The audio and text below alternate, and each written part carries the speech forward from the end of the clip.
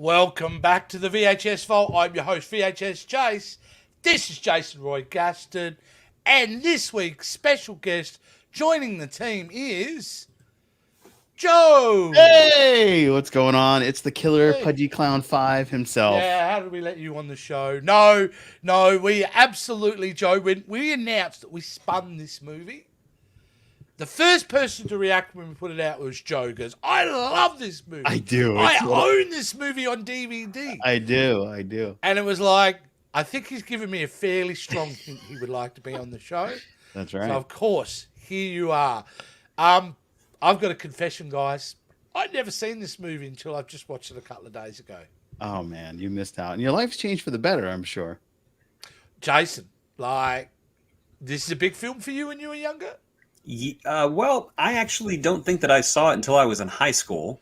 Oh. But I remember they said, coming up next, Killer Clowns from Outer Space. I thought, I gotta see what this is. And I love it. Yeah. I love it. I think it's such a goofy, stupid movie, and I just love every glorious frame of this monstrosity. Even the theme by the Dickies was just incredible. Well, Joe, where did you first see this? What was your first contact as such? Oh, look at that. I got to make my fart noises. But Yeah. there you go. I saw this in my mom. So my mother used to have a bedroom on the first floor of the house where we lived and where I grew up. And she and my uncle were the only ones that had HBO. So I remember it was like really, really late. It was the second Freddy movie had just come on for the first time. It was a big deal. Yeah. And then next was Killer Clowns from Outer Space. And I was like, oh, that sounds interesting. Because, I'm fascinated with clowns. So the amount of time it takes for people to put all that makeup on is always like, wow, that's a talent. Especially since I can't do it. And then when the movie came on, it didn't scare me. I was like, what is going on? And then the theme song hit, and I was like, I love this. And you have the crazy acting from the jump when the old farmer comes out. What in the darnation? Yeah, we'll get into that. Oh, We'll definitely get into that. But your first impressions were obviously positive, and you've seen. Is it fair to say you've both seen this movie multiple times? Absolutely, for me. Yes, very much so. Very much so. Yeah. As somebody now going back and revisiting it, I'll get you guys to comment on that first before I give you my experience. But going back and revisiting it, I don't know if it's something you'd seen recently or it had been a beat. Like, Joe, watching it again, what was your reaction in watching this movie all these years later? So one of the reasons why I wanted to definitely be on this one is because I recently bought the DVD because I had it on VHS. Because one of the Blockbuster went out and they cleared it out. It was only $1. So I was like, sweet. And then I no longer have a VHS player. My VHS player died. Yeah. So I was like, I really want to get this on DVD. I've never seen it. And then one day Best Buy decided, hey, we're having a clearance sale, $3. You can get Killer Clowns from Outer Space. It was in a giant bin, like twice my size, and I'm a big fella. And I remember sifting through, and then all of a sudden there it was like, oh my God, I love this movie. So I got it and I watched it, and that was a year and a half ago. So it's only been a year and a half since I've seen it. So it's been fairly recent. So going back again, you still obviously have the love and affection for the film that you initially had. Yeah, it doesn't skip a beat. It's a fantastic film. Everybody who's a dick is supposed to be a dick in it. Mooney, the one guy that's like the badass cop, is just unbelievable. It's like, really, dude? Like, everybody's screaming about the same thing, and you're like, everybody's playing pranks on me. What's going on? The effects were cheesy, but they were good cheesy. And I gotta say, those animatronic faces on the clowns were incredible. Like, I watched it, I think the other day, maybe Sunday night, and I was like, you know what? That's still pretty impressive. The way their faces, their eyes, and their faces move, and they, the way they morph their mouths and everything. I thought it was a really cleverly done movie. I'm sure that was mainly basketball players in uniforms and clown suits, but it worked for me, and I'll probably watch it in a couple of months again because I have the DVD. Jason, going back and watching it the other day again, I don't know when you'd seen it before then, but going back, do you still hold the affection? Do you still enjoy it as much today as you did back then? I think I appreciate the movie more today than I did whenever I first looked at it because, as I've said before, I'm a big fan of talented filmmakers stretching a budget to their absolute limit. And I think that I'm hope I don't mispronounce this. The Chiodo brothers, Mhm. who were at the time very well-known special effects artists. Here's a list of their credits: Oh. Pee-wee's Big Adventure, Critters, Team America World Police, Oh. Elf, and Marcel the Shell with Shoes On. Wow. Jeez. We're in That's an the- for a while. impressive list. Oh, incredibly. But all of these credits have one thing in common, and that is that all of their special effects shots are never meant to look real. Sorry, my cat is attacking my light. None of their shots look real. You know, Large Marge in Pee-wee's Big Adventure, obviously claymation. Team America World Police, obviously everything in there is fake. Elf, they did the stop motion sequence in Elf. Oh. All of that is meant to look very stylized, and I think that stylized flair that they are best known for really lent to the look of this movie, because this movie, it's cheap looking. I mean, there's one part where they walk through a set and it's obviously cardboard that they've painted, and they're moving back and forth, and yet at the same time it's stylized and it's wonderful and it works. Yeah. So I think that absolutely $1.8 million budget for this movie. Whoa. They made this movie look like it had a budget 10 times what it did. And it's all through clever tricks. And as you watch this movie, you realize what those clever tricks are, and you respect it more. Wow. That's really interesting. Well, as someone who had not seen the film in his youth, I lament that straight off the bat, because if I'd seen that film at 10, 11, 12, that would have been the single greatest movie of all time, because it has all the ingredients that I love. But I'm watching it, right, from an adult perspective. So I'm watching it as someone who's seen a lot of films at this point and seen a lot of films in the 80s. And it occurs to me that this film is subtly genius on the back end, because this movie in many ways is a satire. Mm-hmm. It's a satire on the alien and horror film genre, because it is using all the tropes, putting a twist on it, making fun of it in such a way that it's so over the top goofy. It'd be impossible to be critical of this film, because if you go, it looks cheap. It's supposed to look cheap. Mm-hmm. Oh, I don't like how the clowns look. They look too hideous. Their eyes don't move. It's supposed to be like that. Everything is intentionally done here, and this takes it from something that would have been normally a C-grade film that may have got one theatre release, to a film that I can see was a loving tribute to a genre that not only made them successful as directors, but a genre that were at the time was ready to be poked and made fun about. You know, I think I mentioned this in the Friday the 13th movie, a similarity to a film called The Blob, but I feel this energy in this film as well. I love The Blob. That was another great Yes, it's film. a great movie. Don't get me wrong. It's funny that you mentioned that, because this movie's plot is almost virtually identical to The Blob. To The Blob, from the old man being the first victim all the way to the end whenever the clowns or the blob is froze or blown up. It's just wonderful. Yeah. That old man that you mentioned, Joe, he's the reason that I get the film straight away, because it's so 1940s Western, yeehaw, I'm gonna get, like, so egregiously stereotypical, borderline offensive, that I'm going, oh, right, I get what this film is. This is a living cartoon. This Absolutely. is what I'm watching. That man, by the way, is Royal Dano, and he is character actor royalty, by the way. He'd been working since 1943 in, believe it or not, Westerns. But he became a sci-fi and horror genre mainstay. He I don't know if you've seen it, but in House 2 he played Gramps. Oh wow, that was Gramps. He was the old man, and he played a very similar role to this one a few years later in a movie called Space Invaders, in which aliens come down to take over the Earth, but the aliens are just absolutely inept and incompetent. And so he sets him up to be the ambassador from Earth, and he basically bamboozles them all. Well, I am the ambassador from Earth. I welcome you. Wow. He worked until his death in 1994, but as you Oh, can see, highly memorable actor. and a He's not with memorable us anymore, but performance he's because still he here. Yes, sticks out like you wouldn't believe. Yeah. he does. Now, Such a distinctive voice as well. Yeah. now I've got to ask you guys this because I think I know the answer, but I'm hoping you.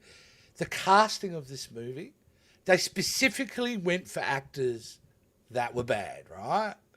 Except for that old guy, the main lead, the girl who was been in a bunch of films. She's been, I can't remember, but she's been in a heap of movies. But the guy that they get, seriously, guys, that is one of the worst performances Of all the screenshots you could have chosen, Yeah. Poor you guy. get That- you get the one that where he's buying a shovel from Home Depot and you know he's going to bury somebody with it. For But sure. his whole, I mean, like, but I love it because it is. I think again, it's genius. If you had performers that were very strong, I think it would detract from the fun of the movie. The fact that he's delivering lines so awful, the fact that she Another cannot deliver a line, it works. But it's surrounded by some great actors too, and one of the first great actor I see in this movie, I'm thrilled to see in it, is Yeah. John Vernon. John John Vernon, Vernon's the man. everybody's favorite dean. Everybody else in this film is horrible as an actor, but it's Did perfect. The Did cop you was- notice? Did you notice the cameo from a future television and improv star, the No. nerdy kid who John Vernon almost hits with his cop car? Yeah, That's Christopher Titus. No. Really? That is Christopher Titus. This was Christopher Titus's first movie, and he wow. doesn't even get the Wow. dignity of being killed on screen. No. Yeah, he was No. killed. He was just. They found his car full of the cotton candy. Yeah. Yeah. Yeah. Wow, that's a good man. That's. I'm gonna I watch. mean, it this again. is a film that doesn't really explain its premise, though, very well. Doesn't need to. I mean, that's the white elephant in the room, isn't it? Why are they clowns, and why did they come here? Like, we never really know why. So the question for me is, in this universe, clowns are derived from aliens. Yes, Mhm. because So either the Mayans or the Incans, I can't remember who it is. That's where the clowns came from, and so they said, Oh, "Oh yeah, yeah, sorry. clowns must have visited this ancient culture," and so that's where we got the idea of clowns. And I don't know, it's a very flimsy premise, but it works. It works really well. You can't have a strong premise in this film. It's the film essentially is the best version of a one joke premise. It's the best version of it, where you have literally the title. That's the joke. We've got killer clowns from outer space. Killer clowns. That's right. But in the film itself, they fill it with so much fun and nods and goofiness and silliness and it works like so well. This film feels like it's shot like a horror film, though, don't you think? Like it's very much got that slasher vibe, Friday the 13th kind of vibe to it. Well, But two-thirds there's of really this not movie, much violence in this film. 2/3 of this movie are just the clowns going through town, just killing people in creative, silly, stupid ways. Yeah, my You know favorite what? is In the- most of this film, I think shadow we see puppets. three main clowns. So I was really shocked There were when the 4. first clown walks in, and there's a bunch of them walking into town. Though there's more than 4, wasn't there? Yeah, there was about 8. That's why I'm clown number Yeah, 5. it was a Yeah. bunch of Well, them. as for the animatronic clowns, they only Yeah. made 4. Mm. But Right, they 'cause they shot do- it they in were such a duplicates. way they were able to take wigs and take them off and put them back on, or put a different nose on them to make it look like they had a bunch more. Yeah. And again, very clever. The even though the budget was only 1.8 million, It made the a lot. brothers who directed and wrote this thing pretty much supplied all of the special effects and creature effects themselves for Oh, free. wow. So that's one of Oh, the reasons great. why this movie looks so good.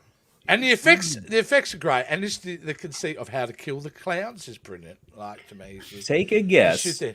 That's Take so a guess at the most expensive effect in this movie. Oh, is it? Is it the nose exploding? No, it's the No. pie, right? No. No. The most expensive effect in this movie was the popcorn gun. Because it Really? cost them $7,000 to make What? the popcorn gun. Really? neat. Wow. And that was the most expensive effect in the movie. Wow. They needed it though, because otherwise that scene when they go into all the cotton candy bodies and in the corner of the screen, it's just popcorn going off the whole time. You had to Yeah. explain Wonderful, that. wonderful. You know, so nah. Now, And who by the knew- way, that's where the that particular scene. I know it's one camera shot; they don't move the camera much in it, but some nice matte work being done in there because There's they do tons show. of good mat work in this movie. Yeah, and, especially when they go to what is the core of the ship. You know, with that big round electric. Yes. Yeah, that title. was beautiful artwork there. Yeah. That's Star Wars level matte work for that period. I'll Yeah. give it its props there. So very talented. I also like this effect here. I thought was done when we talked about special. Yeah, that was cool. How they love did that, and now they did that a little bit practically as well, didn't they? I think. And then they Most put likely. the I'm sure they took all optical kinds of over the top. shortcuts. Yeah. Yeah, I'm wondering if so- they used kind of the similar thing what they did with the transporter in the 60s for Star Trek. Because Maybe. it kind of has that effect where they put some glitter in a thing of water and just, they just put dye in a thing of water and spin it These- around, maybe have the same effect. These guys should be annoying, but they're actually really likable. The ice cream. Yeah. dudes. Yeah. They're I don't silly. know why they're likable, but they're kind of likable. I still You know- can't figure out how they survived. Oh, I don't think. Yeah, they that was- they're ever just- That explained was it. something they tacked on at the end. Like, we can't kill these guys off. We Yeah. gotta, you know. No, but it Although I works do- in that moment though too. It's like everybody's Yeah. okay. I know I mentioned something about this in the chat earlier, but it is heavily implied that Rich and Paul had violent, intimate relations with Oh, yeah. the female clowns. And I do yes, mean a violent. 1,000 kisses over their faces. Yeah, Ripped indicates clothing and that. everything, and nobody, Yeah. it's never mentioned. I think Like- that's the thing that makes the joke work, Yeah. is that it's never mentioned. Nobody ever points it out. It's just there for the observant to see and Goes go. over the kids' heads, but Oh, every adult no. knows what's going on. Yeah, exactly. Their Oh, no. clothes are ripped. Why are their clothes ripped? Oh no! Oh, no. Oh, my. Oh no!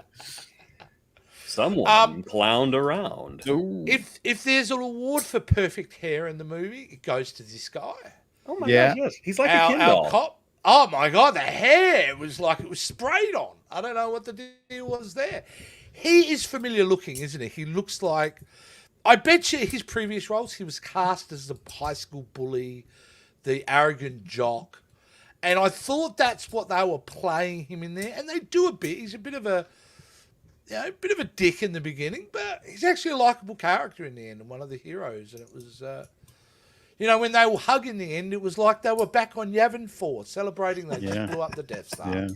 So, So- Was it me or did he remind you of the villain from Superman, the Quest for Peace? the radioactive man, Radioactive yes. Man, yeah. Yeah, he reminds you of Radioactive. Yeah, I Man. was like, because I think I saw them like. That's five another times. example of perfect hair. Yeah. All right, so this actor's name, by the way, is Grant Kramer, Mm. and he's known for B horror movies. He Oh. was Ah. in, for example, Return of the Killer Tomatoes, Oh, New Year's Evil, Santa Claus. Mm. He was in Willy's Wonderland with Nicolas Cage. Wow. Wow, that's So recent. I he's actually known saw that. for, yeah, he's Wow, known that for a is lot of recent very, too. Yeah.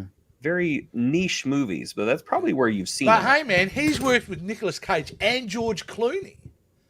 Attack of the Killer Tomatoes, you see. Oh, Yeah, yeah. yeah, that's Yes. right. So he's worked Got a with some resume. Hollywood royalty as well. He's, Yeah. he's got a- famous by proxy, yes. Yeah. Yes, absolutely. And that's great. And I thought he was really good in the role too. So I think what was really smart about this movie was keeping it very tight. It's a very short movie, isn't it, Jason? Do you know how long this movie goes for? by 88 far? minutes. Yeah, it's very 88 short. minutes. 88 Yeah, minutes, and, yes. Yeah, and I think this is where the 80s got it right, especially in this period where films were 88 minutes and it's not a big deal, you know. Films didn't have to go 2 hours. You had your story, you were in and out in 90 minutes. It's a beautiful thing back in the day. And I think if this film had any more extra footage, it's smart that they didn't add it. I don't think they could afford any extra footage. Not at all. Whenever the ice cream brothers, whenever they say leave the ice cream truck and they say we can't, it's rented. Yeah. I think that was the director saying we can't do anything to this truck. We rented it.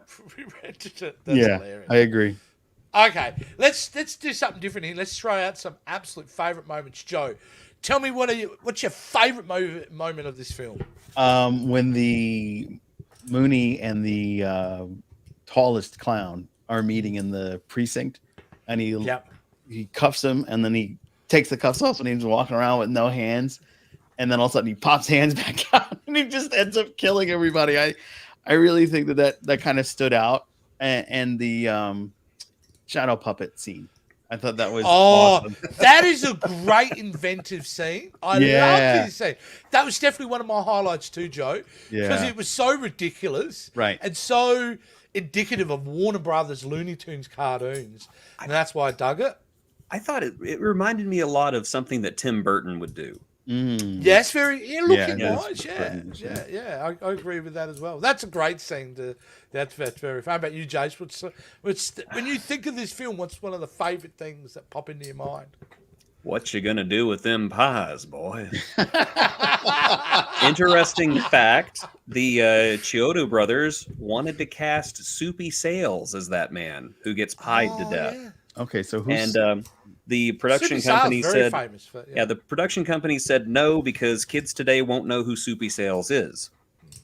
We didn't know who that guy was either, so why couldn't we get Soupy? And I've got another part that is actually a funny thing that I really never noticed until now. But the woman main character in this movie, I never realized that she disappears for almost 30 minutes of the movie, and during that entire 30 minutes, she's taking a shower. Yeah, that's right. Yes, that's a long-ass shower, isn't it? Shower scene in history, and just whenever you think she's done, 10 minutes later, she opens up the curtain and she's getting out drying her hair. Like, were you still in there? The thing in her laundry basket that was getting ready to kill her must have been so bored. Yeah, right. Oh, man. Is she Now, ever coming Susan out of there? Snyder, the actress you're referring to, she is a familiar-looking actress, correct? Have you not seen her in things before? And she was in Return of the Living Dead too. She was in Weird Science. Remo. Oh, wow. She was in Remo Williams, The Adventure Begins, which is one of my personal favourites. She was also famously in a couple of Seinfeld episodes, if you remember her. Oh, wow. Playing one of Jerry's love interests, which he had many of. But she was in everything. From Murder, She Wrote, to Jake and the Fat Man, to, she actually got quite a long act, but this is not one of her finest performances. Oh, Certainly not. She was the neo-Nazi in Seinfeld. Oh my god!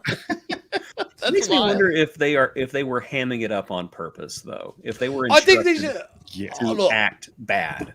Yeah, I think Susan Snyder might have been in on that, but I gotta question the main lead. I got to question whether he's actually capable or not. His name is, Grant Kramer. This must have been one of his first films, right? Yeah, I would assume so. Well, as we said, Grant was he was a niche actor at the time. Yeah. So, but either way, if he had not delivered the lines the way he delivered it, the film would have been poorer because of it. So the choices he did make were the right for the film. I think we're getting confused. The actor you just mentioned, he was the cop. We're talking about the other guy, right? I'm talking about the other guy. Yes, yeah. Apologize. He I'm taking a look at some of his stuff here that he did, and the last credit that I see was in 2000. Oh, I'm sorry, he's done a couple of TV shows. He was in Feast 3. He was in Baywatch. Yeah, he was in The Town.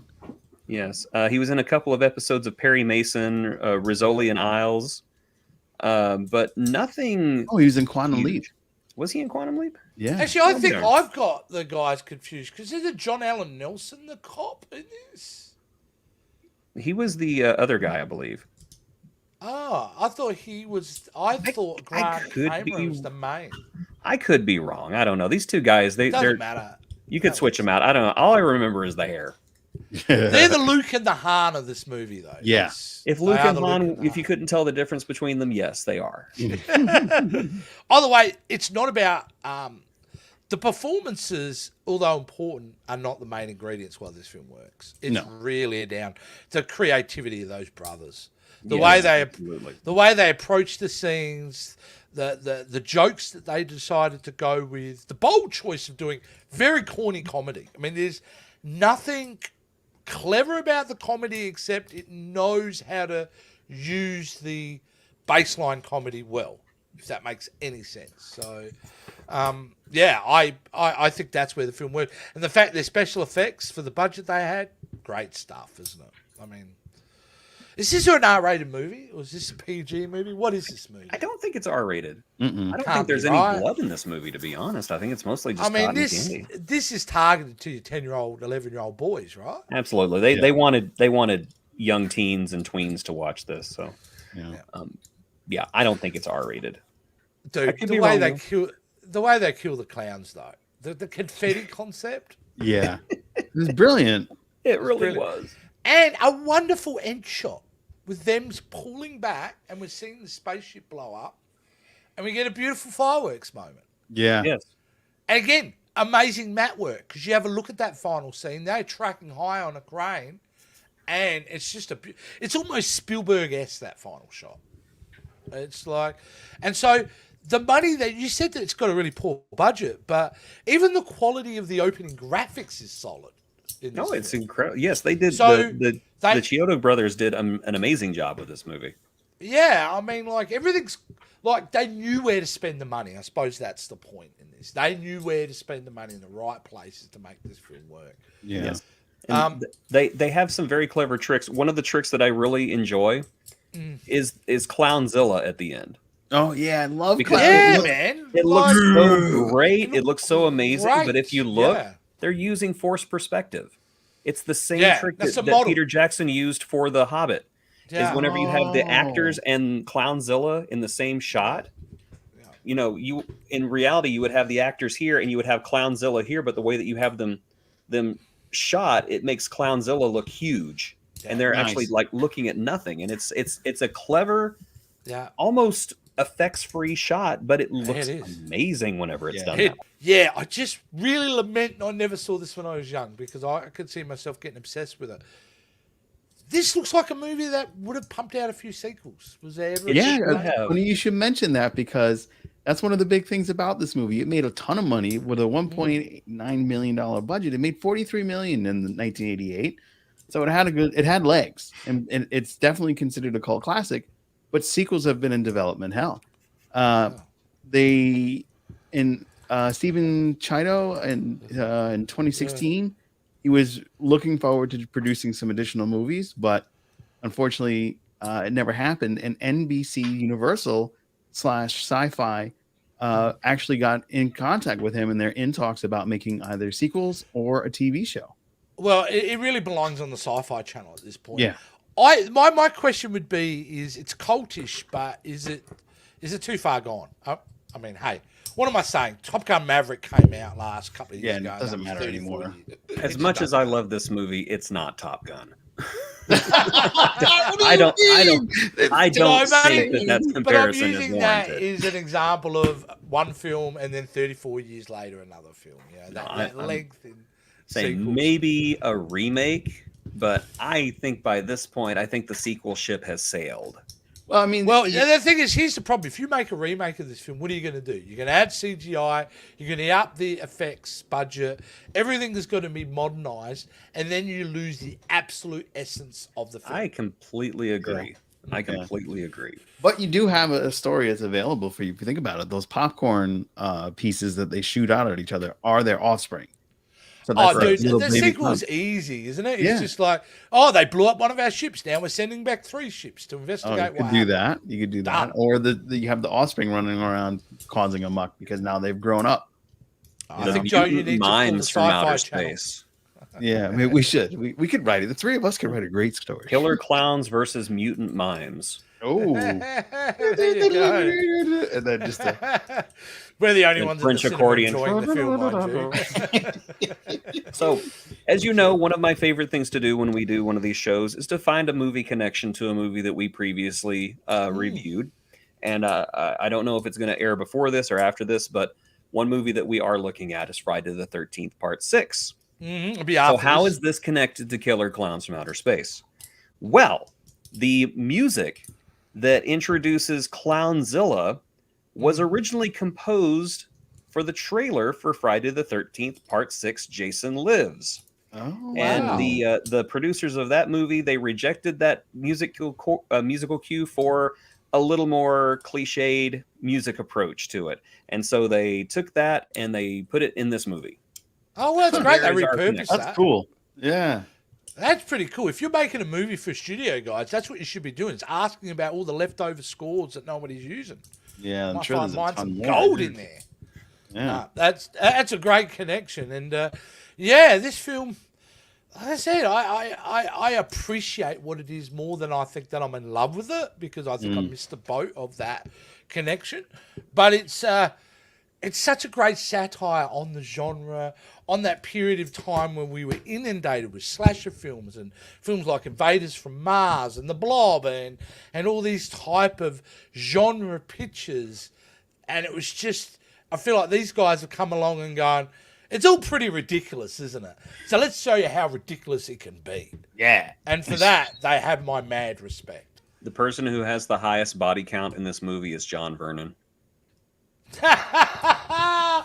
Yes, So- that makes sense. That's So many brilliant. people in this movie died because he would not get off his butt and do anything. Yeah, that's true. That's yeah. That's a so great great. point. That's a great point. I love the fact that the ship came in almost comet-esque Yeah. and landed in, and everybody went, "Oh, it's a I think that's Haley's Comet. yeah, it's that 1986. Haley's Comet." Yeah, and which I saw, by the way. And it then relocates, but nobody noticed it relocating. Well, you know. It just went, bloop. Again, the moment this film actually tried to apply logic is where this film would have, just like a house of cards would have folded in on itself. Yeah. The more suspension and disbelief, the better in this Yeah. one, I think. And there's So, one no. a fun little tidbit I'm going to leave you guys with. Yeah. If you ever go into a record store, there is Mm-hmm. a soundtrack that was released later on in time. I'm talking 2006. And Wow, that's a few years later. yeah, and if you do find it, buy it because it's worth some coinage. It's a Okay. 69-minute disc, and it has 4 bonus tracks. And of course, there's several versions of the theme, the main theme, Killer Clowns from Outer Space. Yeah. And it's the actual music that was done by John Mazzari.